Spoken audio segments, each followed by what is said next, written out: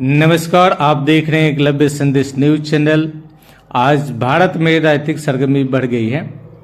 जगह जगह कांग्रेस पार्टी, बसपा, सपा और तमाम विपक्ष पार्टियां भारतीय जनता पार्टी का विरोध कर रही हैं।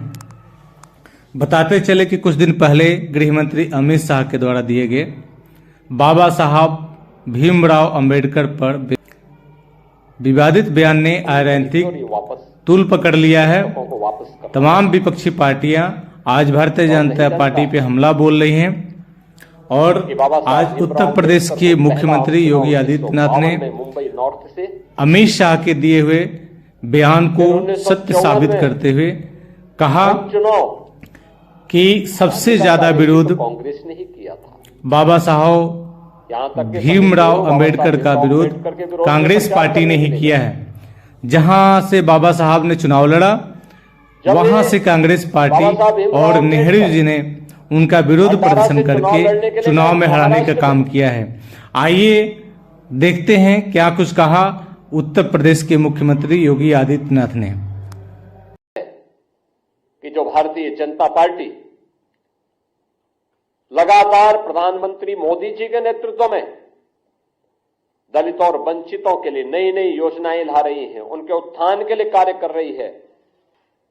उत्तर प्रदेश के अंदर हर सरकारी कार्यालय में बाबा साहब भीमराव अंबेडकर का चित्र हमारी सरकार के समय, डबल इंजन की सरकार के समय लगे हैं। पहला दलित देश का राष्ट्रपति भी बनता है। के द्वारा कोड़े मारने के एक कार्टून के माध्यम से दिखाया था। एक कांग्रेस की कुत्सित मानसिकता को दिखाता है। बाद में जब विरोध हुआ तो तत्कालीन मानव संसाधन विकास मंत्री कपिल सिब्बल को माफी मांगनी पड़ी थी और ये पुस्तकों को वापस करना पड़ा था। कौन नहीं जानता है कि बाबा साहब भीमराव अंबेडकर को पहला आम चुनाव 1952 में मुंबई नॉर्थ से, फिर 1954 में उपचुनाव हराने का कार्य भी तो कांग्रेस ने ही किया था। यहां तक कि पंडित नेहरू बाबा साहब भीमराव अंबेडकर के विरोध में प्रचार करने के लिए गए। जब वे बाबा साहब भीमराव अंबेडकर भंडारा से चुनाव लड़ने के लिए गए महाराष्ट्र में, वहां पर भी उन्हें पराजित करवाया कांग्रेस ने। कांग्रेस कभी नहीं चाहती थी कि बाबा साहब भीमराव अंबेडकर संसद में जाएं, दलितों की आवाज बने, वंचितों की आवाज बने। और सदैव उन्हें अपमानित करने का काम करती थी। कांग्रेस की मंशा हमेशा ये रही और कांग्रेस ने न केवल उन्हें हराया बल्कि उन्हें हराने के लिए बाबा साहब भीमराव अंबेडकर के जो अनन्य सहयोगी थे नारायण काजोलकर, उन्हें तोड़ करके उन्हें ही बाबा साहब भीमराव अंबेडकर के खिलाफ चुनाव लड़वा दिया था। और हम सब जानते हैं कि उन्हें चुनाव लड़ाने के परिणति क्या थी। बाबा साहब चुनाव हारे और उन्हीं काजोलकर को कांग्रेस ने 1970 में पद्म पुरस्कार से भी सम्मानित किया। कांग्रेस ने बाबा साहब भीमराव अंबेडकर के महापरिनिर्वाण के बाद कहीं भी उनकी स्मारक नहीं बनने दिया। जो भारतीय जनता पार्टी ने स्वर्गीय अटल बिहारी वाजपेयी जी के समय और आज आदरणीय प्रधानमंत्री नरेंद्र मोदी जी के समय जो पंचतीर्थ बने हैं, ये भारतीय जनता पार्टी ने बनाए हैं, कांग्रेस ने नहीं। कांग्रेस ने कभी नहीं बनने दिया। बाबा साहब भीमराव अंबेडकर को कभी पद्म पुरस्कार तक नहीं देने दिया। भारत रत्न भी बाबा साहब भीमराव अंबेडकर को तब मिला जिस सरकार में भारतीय जनता पार्टी सपोर्ट कर रही थी। कांग्रेस का इतिहास इसी से आप समझ सकते हैं। जो बाबा साहब भीमराव अंबेडकर ने अपने इस्तीफे के दौर के बाद कही थी, जब उन्हें अपने पद को छोड़ने के लिए मजबूर होना पड़ा था, तो उन्होंने उस समय नेहरू सरकार पर आरोप लगाए थे। और यह परंपरा है कि कोई मंत्री अपने पद से इस्तीफा सदन के रहते हुए दे रहा है तो उसे सदन में बोलने का अवसर दिया जाता है। बाबा साहब भीमराव अंबेडकर को नहीं बोलने दिया सदन में, अपमान यहां पे भी किया गया। उनके इस्तीफे को उजागर नहीं होने दिया गया। अपने इस्तीफे में बाबा साहब अंबेडकर इस बात को कहते हैं कि कांग्रेस को वंचितों और दलितों की चिंता नहीं है, पंडित नेहरू को दलितों और वंचितों की चिंता नहीं है, इन्हें मुसलमानों की चिंता है। ये वंचितों और दलितों से ज्यादा महत्व उन्हें देते हैं और मैं वंचित और दलितों की आवाज बनना चाहता हूं। मैंने वित्त और अर्थशास्त्र विषय से उच्च डिग्री हासिल की है, मुझे किसी संसदीय समिति में तक नहीं रखा गया है।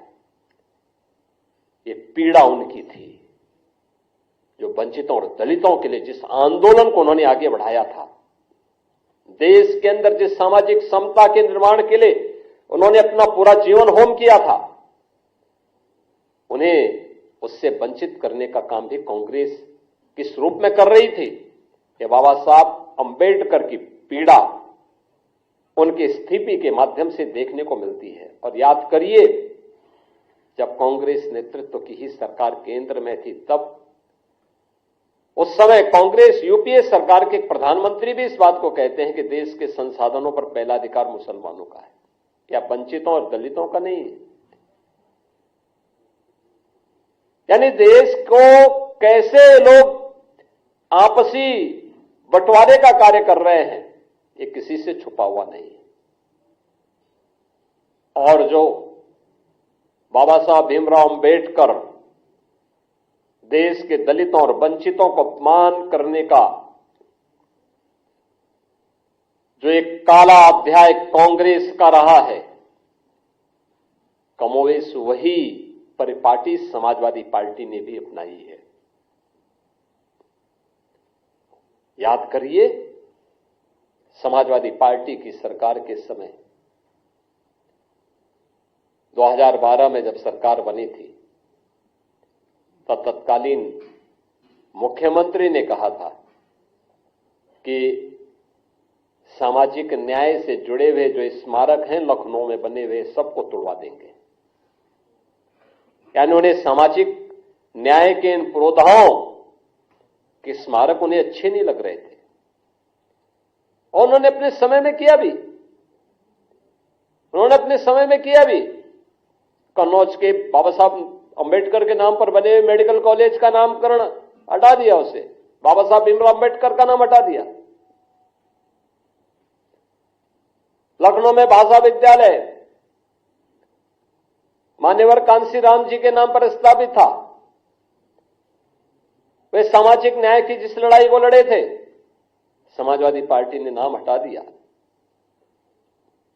सहारनपुर मेडिकल कॉलेज का नाम हटा दिया, तमाम जनपदों से नाम हटा दिए गए। ये चीजें दिखाती हैं कि लोग किस रूप में समाज को विभाजित करने के लिए राजनीति करना चाहते हैं। आदरणीय गृह मंत्री जी के बयान को आधा अधूरा मीडिया के सामने प्रस्तुत करके उसके नाम पर किस प्रकार से अपनी राजनीतिक रोटियां इनके द्वारा सेकी जा रही है, किस तरीके से समाज को गुमराह करने का कार्य किया जा रहा है। अपने किए हुए पर पर्दा डालने के लिए इनके द्वारा लगातार इस शरारत की जा रही है।